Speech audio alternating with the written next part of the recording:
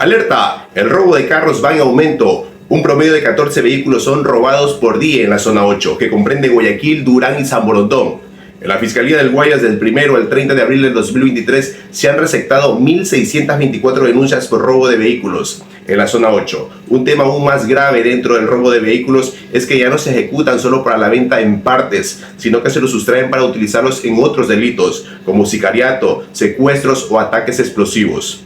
Los vehículos con localizadores satelital tienen una ventaja sobre otros si se actúa con prisa. ¿Pueden esperar los nietos? Nótese que tan solo una diferencia del 0.33% en crecimiento entre Argentina y Ecuador derivó que los argentinos tardan 18 años más en duplicar su ingreso. Maslow-Key decía que si el crecimiento caía por debajo del 1%, los nietos se impacientan.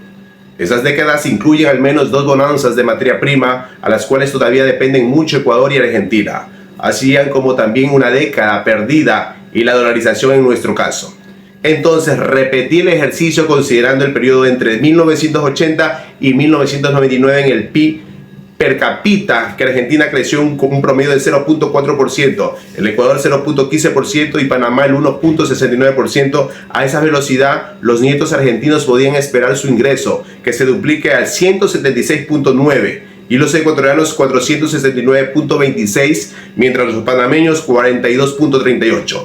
Luego la situación mejoró considerablemente entre el 2000 y 2021. Para Ecuador y para Panamá el PIB per cápita de Ecuador creció un promedio de 1.22% y el de Panamá 3.3%, mientras Argentina continuó con un tan solo 0.8%. La estabilidad monetaria de la que hemos gozado en los últimos 2 décadas dan gracias a la dolarización y a la apertura comercial que se ha venido implementando desde hace 3 décadas con un impulso especial.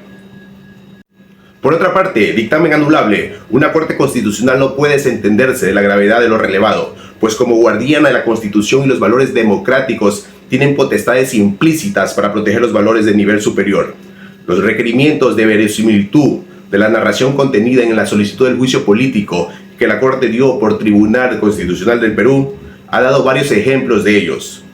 No puede considerarse que la protección de resoluciones contrarias, inconsistentes e incoherentes con el orden jurídico constitucional satisfaga la idea razonable, predictibilidad de lo que remite el mandato de seguridad jurídica sobre la base de las consideraciones antijurídicas.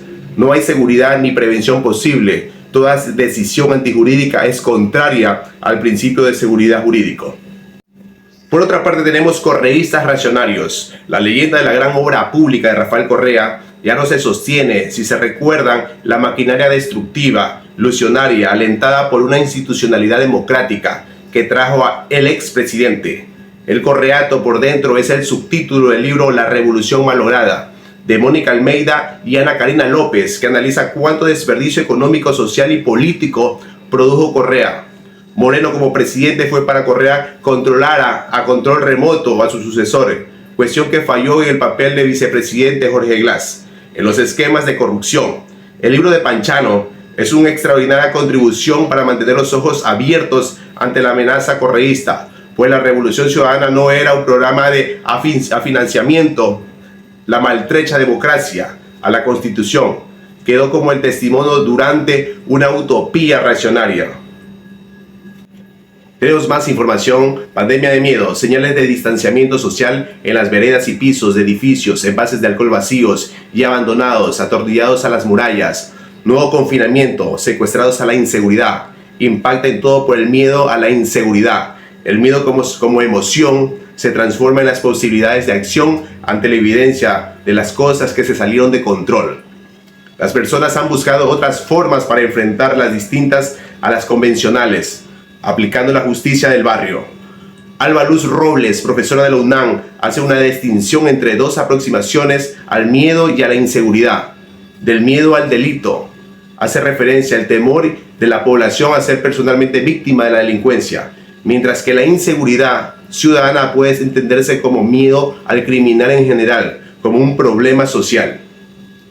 Si no nos repensamos lo suficiente en el encierro del COVID-19, tal vez ese es el momento de hacernos otras preguntas al tejido social de manera compleja. Por eso no hay que verlo solo como un problema policial.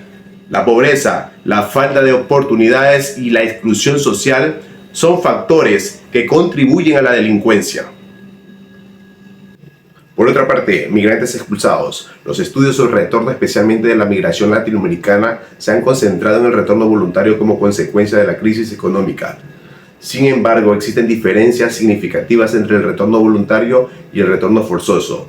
Migración legal versus migración ilegal. Las familias deben implementar mecanismos para la reintegración en origen de la persona retornada, puesto que las dinámicas en las relaciones económicas y sociales se han modificado como consecuencia de la migración.